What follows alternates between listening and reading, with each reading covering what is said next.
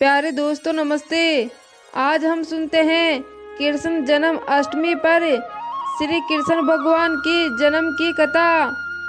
कथा अच्छी लगे तो कमेंट बॉक्स में कमेंट करके जरूर बताइए। द्वापर युग में पृथ्वी पर दैत्यों का अत्याचार लगातार बढ़ता ही जा रहा था। पृथ्वी गाय का रूप धारण करके भगवान ब्रह्मा और विष्णु के पास गई और बोली, हे भगवान, पृथ्वी पर दैत्यों का अत्याचार दिन प्रतिदिन बढ़ता ही जा रहा है, कुछ कीजिए प्रभु।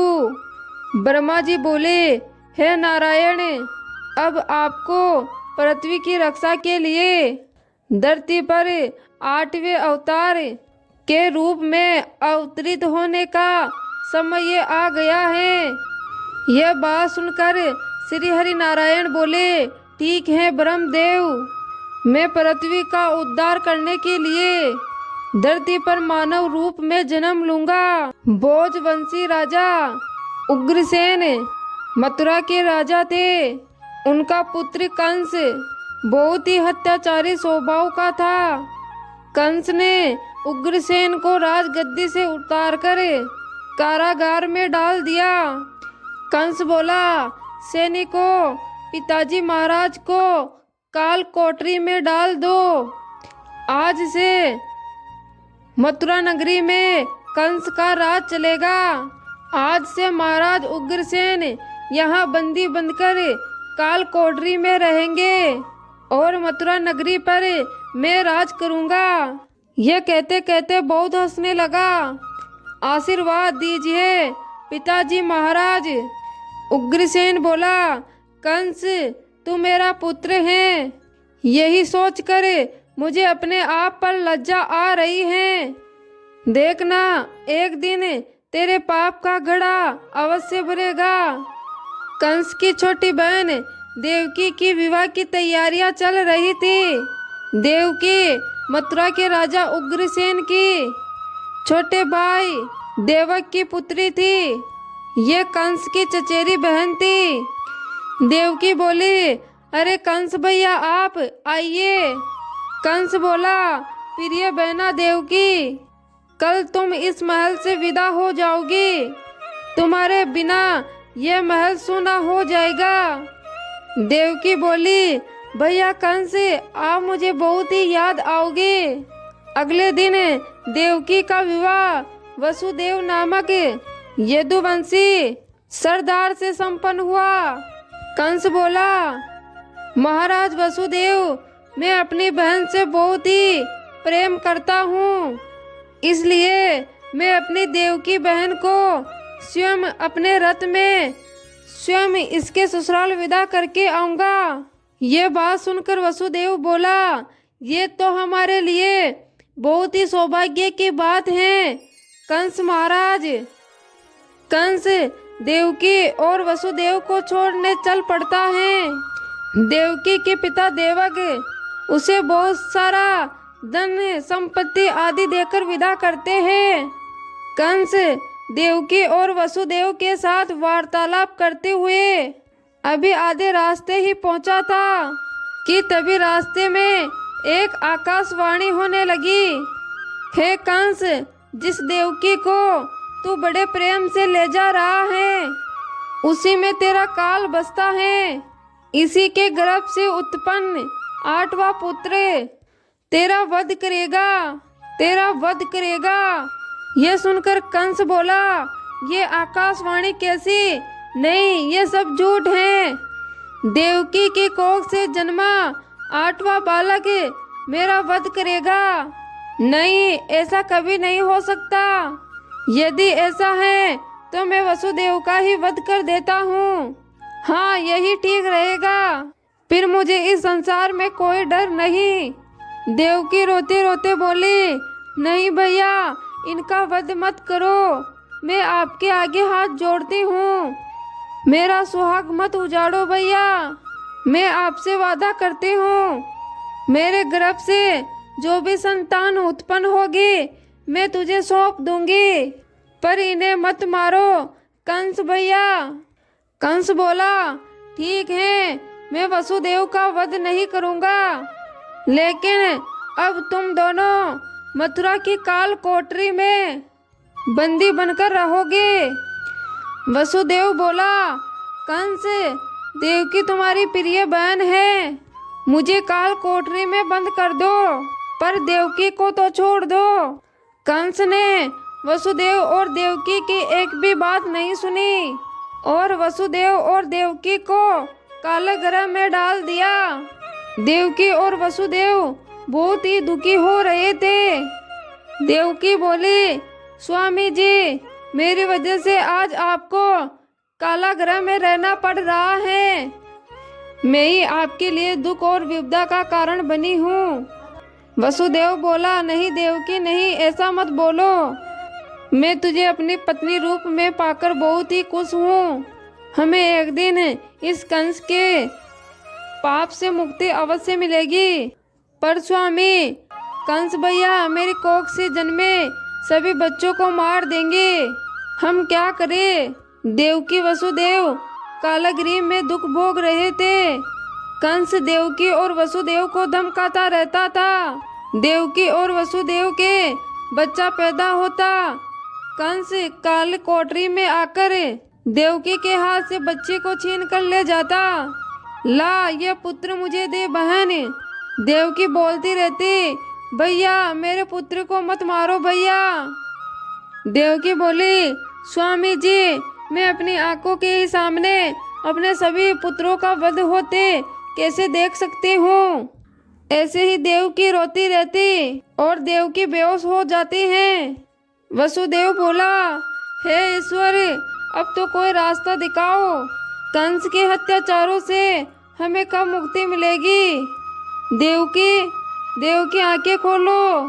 कंस बहुत ही क्रूर और अत्याचारी राजा था, जिसे मथुरा की प्रजा बहुत ही डरा करती थी। दुराचारी कंस ने वसुदेव और देवकी के 7 पुत्रों को जन्म लेते ही मार दिया। अब 8वां बच्चा होने वाला था। कंस बोलता है, देवकी के 8वें पुत्र का जन्म निकट आ रहा है, इसलिए उनके पैरा और भी अधिक बढ़ा दिया जाए। जो आज्ञा महाराज कंस। देवकी और वसुदेव की कारागृह में बंदी रहने के बाद नंद गांव में वसुदेव के मित्र नंद के कानों तक भी पहुंची। दुराचारी महाराज कंस ने वसु और देवकी को अपने काल कोठरी में बंदी बना रखा है। देवकी के 8वें पुत्र का जन्म का समय निकट आ रहा है और इधर यशोदा को भी बच्चा होने वाला है। मुझे उनकी सहायता करनी होगी। 8वें बच्चे की रक्षा का उपाय सोचना ही होगा। जिस समय ये वसुदेव और देवकी को पुत्र जन्म हुआ, उसी समय ये संयोग से यशोदा के गर्भ से एक कन्या का जन्म हुआ, जो और कुछ नहीं सिर्फ एक माया थी। भाद्रपद के कृष्ण पक्ष की अष्टमी को रोहिणी नक्षत्र में श्री कृष्ण का जन्म हुआ। उनके जन्म लेते ही जेल की कोठरी में प्रकाश फैल गया। वासुदेव के सामने चक्र, शंख, गदा एवं परमधारी चतुर्भुज भगवान ने अपना रूप प्रकट किया और कहा, वसुदेव, मैं बालक का रूप लेकर देवकी के गर्भ से जन्म ले चुका हूँ। मेरा ये अवतार कंस के संहार के लिए ही हुआ है। अब देर ना करो, तुम मुझे तत्काल गोकुल में नंद जी के यहाँ पहुँचा दो और उनके अभी अभी जन्मी कन्या को लाकर कंस को सौंप दो। ये कहकर भगवान विष्णु वहाँ से अंतर्ध्यान हो गए। देखते ही देखते वसुदेव की हथकड़ियाँ अपने आप खुल गई। कारागृह के किवाड़ अपने आप खुल गए। सभी पहरेदार सो गए और देवकी इधर बेहोश अवस्था में थे। वसुदेव कृष्ण को एक टोकरी में रखकर गोकुल को चल दिए। बारिश और तूफान के बीच नन्हे कृष्ण को उठाए वसुदेव चल रहे थे। वसुदेव बोले, यमुना जी का जल स्तर तो बहुत ही बढ़ता जा रहा है। कैसे जाऊं मैं अपने नन्हे बालक को लेकर? हे नारायण, हमारी सहायता कीजिए। यमुना नदी श्री कृष्ण के चरणों को स्मरण करना चाहते थे, इसलिए वो ऊपर हो गई। भगवान ने अपने पैर लटका दिए। चरण छूने के बाद यमुना घट गई। भगवान कृष्ण की इस लीला को वसुदेव बड़ी भांति देख रहे थे। वो यमुना पार करके गोकुल में नंद के यहाँ गए। नंद जी से बोले, मैं इस बालक कृष्ण को तुम्हें सौंप रहा हूँ। ये बड़ा होकर मथुरा वासियों को कंस के अत्याचारों से मुक्ति करेगा। नंद जी बोले, लाओ मित्र वसुदेव, यशोदा अभी गहरी नींद में है। मैं इस बालक को यशोदा के बगल में सुला देता हूँ। नंद माया रूपी कन्या को वसुदेव के हाथों में दे देते हैं। ये लो मित्र, इससे पहले कंस काल कोठरी में पहुँचे, तुम शीघ्र इस कन्या को लेकर वापस लौट जाओ। वसुदेव बोला, तुम धन्य हो मित्र, तुम धन्य हो। वसुदेव वापस काल कोठरी में लौट आते हैं और उनके लौटकर आते ही काल कोठरी के द्वार अपने आप बंद हो जाते हैं। वसुदेव के हाथों में वापस हथकड़ियां पड़ जाती हैं। सैनिक बोला, अरे ये तो बच्चे की रोने की आवाज है, मैं अभी जाकर कंस महाराज को सूचित करता हूँ।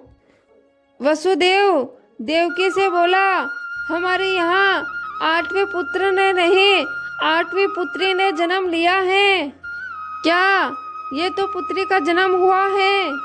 पहरेदार कंस के पास जाते हैं, महाराज की जय हो, देवकी ने पुत्र को नहीं पुत्री को जन्म दिया है। कंस बोला, क्या ऐसा कैसे हो सकता है? कोई बात नहीं, शायद मेरे प्रकोप से भगवान भी डर गए और हंसने लगा और पुत्र की जगह पुत्री का जन्म हुआ। ये तो विधि का विधान ही बदल गया, पर मुझे सावधान जरूर ही रहना होगा। मैं इस कन्या का भी वध कर दूंगा। देवकी बोली, भैया इसे तो छोड़ दो, ये तो एक कन्या है, आपको तो मेरे 8वें पुत्र से कष्ट था। कंस ने देवकी की एक ना सुनी और कन्या को देवकी की गोद से छीन लिया। कंस ने जैसे ही कन्या को पत्थर पर पटक कर मारना चाहा, वैसे ही कन्या कंस के हाथों से छूटकर आकाश की ओर उड़ गई और एक देवी का रूप धारण करके कंस से बोली, हे कंस, तुझे मुझे मारकर कोई लाभ नहीं मिलेगा। तुझे मारने वाला तो कब का पैदा हो चुका है और गोकुल भी पहुंच गया है। यह कहकर देवी वहां से अंतर्ध्यान हो जाती है। कंस ये दृश्य देखकर गुस्से से झटपटाने लगा और अपने महल में आ गया। कंस ने श्री कृष्ण को मारने के लिए अनेक दैत्य भेजे।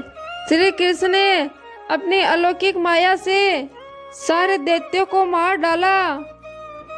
बड़े होकर कृष्ण ने कंस को मारकर उग्रसेन को राजगद्दी पर बिठाया। उस दिन से श्री कृष्ण के जन्म महोत्सव को सारे देश में बड़ी खुशियों से मनाने लगा और इसी दिन को जन्म अष्टमी के रूप में जानने लगे। भगवान श्री कृष्ण की नगरी मथुरा में इस दिन जन्म अष्टमी पर बहुत ही धूमधाम रहती हैं। प्यारे दोस्तों, ये है कृष्ण जन्म अष्टमी की कथा। उम्मीद करती हूँ आपको कथा पसंद आई होगी। धन्यवाद।